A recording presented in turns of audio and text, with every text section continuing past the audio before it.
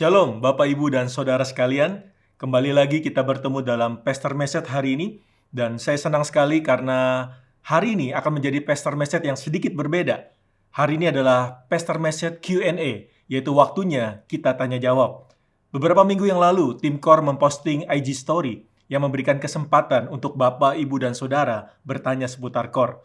Terima kasih untuk Bapak, Ibu, dan Saudara yang sudah memberikan berbagai macam pertanyaan. Baik, kita akan mulai. Pertanyaan yang pertama, apakah dalam core boleh menjalani bisnis antar sesama anggota? Nah, ini ada pertanyaan juga yang mirip-mirip, saya bacakan sekalian. Bagaimana menghadapi teman core atau anggota yang mengajak MLM, ya, atau multi-level marketing? Nah, saudara, di dalam core kita harus mengingat bahwa tujuannya adalah supaya kita bertumbuh bersama-sama dalam kerohanian dan kita bertumbuh menjadi murid Yesus.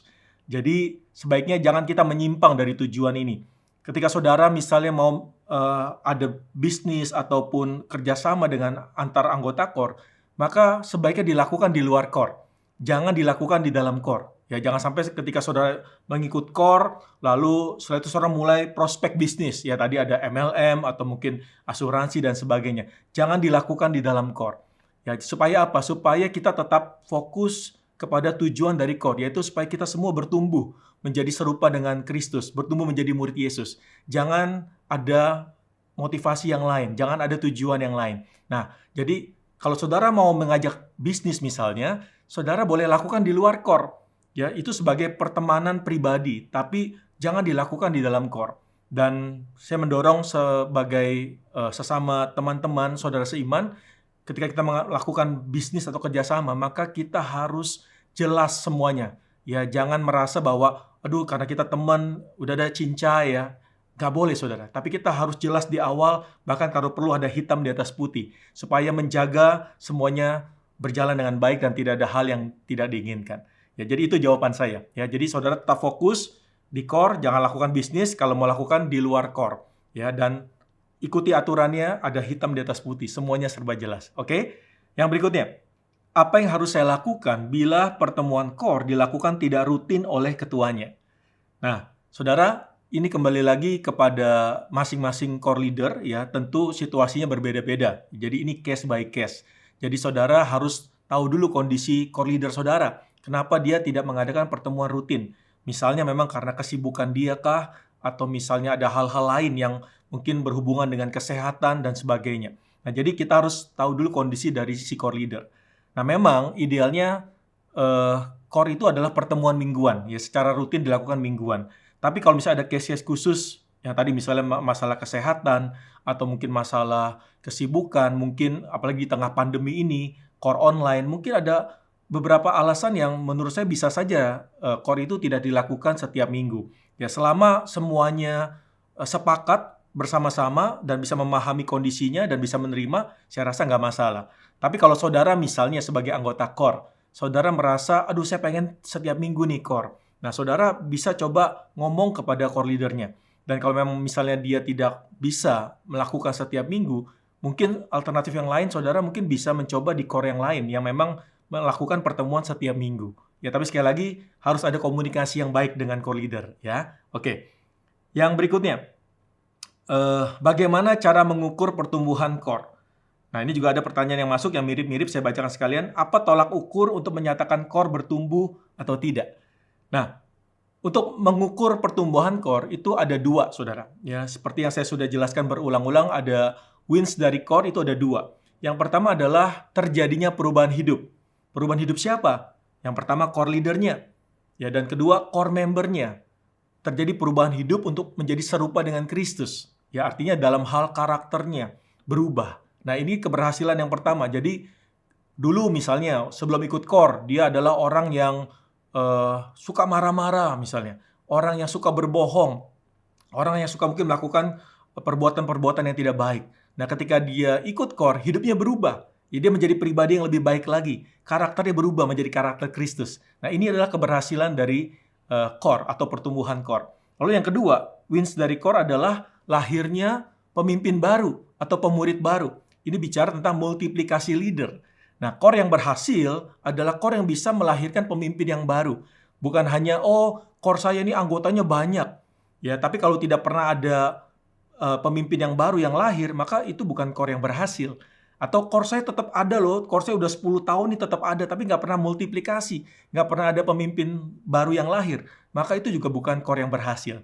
Ya, jadi ada dua keberhasilan dari core. Yang pertama adalah terjadi perubahan hidup, core leader dan core member menjadi serupa dengan Kristus. Dan yang kedua adalah lahirnya pemurid baru atau multiplikasi leader. Oke, pertanyaan yang berikutnya.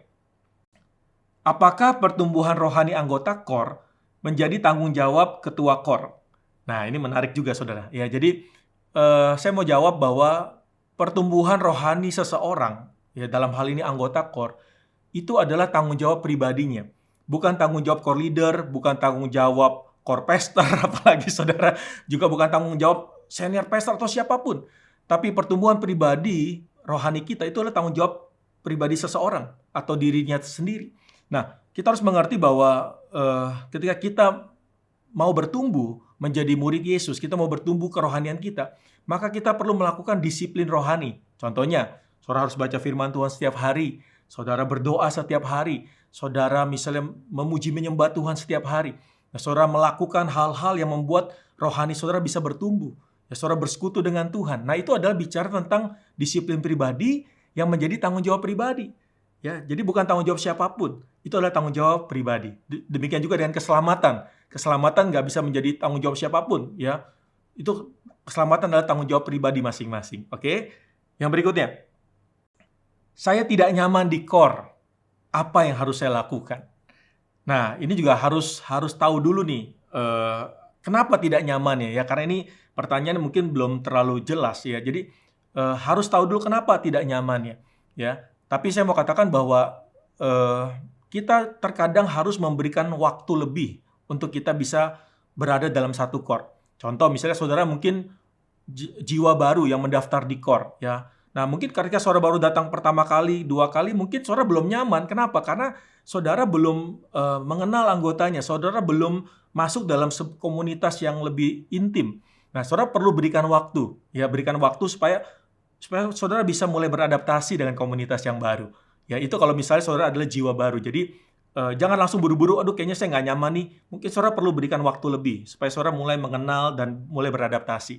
Tapi kalau misalnya ada kasus-kasus misalnya, saya nggak nyaman dengan teman-temannya, atau dengan core leadernya misalnya.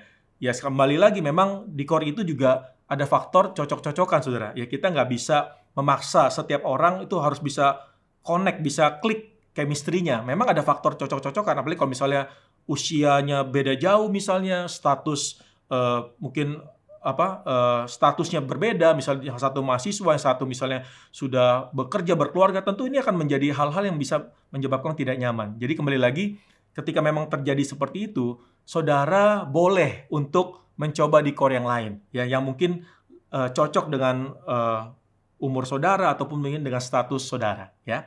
Oke. Pertanyaan berikutnya, sampai batasan mana core leader involved dalam kehidupan core member, dalam seluruh aspek kehidupan? Nah, perlu diingat bahwa seorang core leader, dia harus membangun hubungan dengan core member, supaya dia bisa memuridkan core membernya. Nah, kita pernah belajar ada 5 tingkat hubungan, saudara. Ya, kalau saudara masih ingat, yang pertama adalah face, ya, tahu mukanya. Ya, tahu orang yang mana. Lalu yang kedua adalah facts. Kita tahu fakta-faktanya. Oh, dia anak tunggal. Oh, dia pekerjaannya sebagai ini. Seperti itu, saudara. Lalu yang ketiga adalah feelings. Kita mulai tahu perasaannya atau pendapatnya tentang sesuatu hal. Yang keempat adalah fears. Kita mulai tahu apa yang menjadi ketakutannya atau kekhawatirannya. Dan yang terakhir adalah faith. Ini bicara tentang kita tahu kehidupan pribadinya dengan Tuhan. Imannya kepada Tuhan. Nah, saudara, penting untuk kita mulai membangun hubungan, ya, untuk mencapai level yang makin dalam. Saudara sebagai core leader, saya berharap jangan hanya berhenti sampai di face and facts, tapi saudara mulai masuk ke feelings. Saudara mulai tahu pendapat dia akan suatu hal. Lalu saudara mulai masuk lebih dalam lagi, saudara mulai tahu fears-nya, ketakutannya apa, kekhawatirannya apa sih. Dan yang terakhir saudara mulai tahu faith-nya, kehidupan dia dengan Tuhan. Nah, ini memang harus ada prosesnya, saudara. Ya, harus ada prosesnya. Jadi kita sebagai core leader harus terus membangun hubungan, ya, sampai ke level yang paling dalam tadi. Nah, tapi kembali lagi, semua juga tergantung daripada si core membernya juga. Ya, artinya core member ini apakah dia mau membuka diri untuk kita bisa masuk. Ya karena ketika core membernya mungkin dia menutup diri, mungkin sulit untuk kita masuk. Tapi ketika dia mulai percaya dengan core leader, maka saya percaya dia mulai membuka diri. Dan disitulah kita mulai masuk lebih dalam kehidupannya. Jadi semua kembali lagi tergantung kepada si core membernya juga. Tapi tugas kita sebagai core leader, kita harus terus membangun hubungan dengan dia, karena saya percaya ketika dia mulai trust dengan kita, dia mulai percaya dengan kita, maka dia pasti akan terbuka. Dan disitulah kita bisa mulai memuridkan dia. Oke? Yang berikutnya. Di core kami, jumlah core membernya sudah melebihi batas maksimum. Tapi core member masih ada yang mau ajak teman untuk ke core. Ya, jadi memang di dalam core itu, saudara, core itu kan adalah komsel atau kelompok kecil, small group ya. Jadi memang sebaiknya jangan terlalu banyak anggotanya. Ya, usahakan tetap dalam kelompok yang kecil. Kenapa?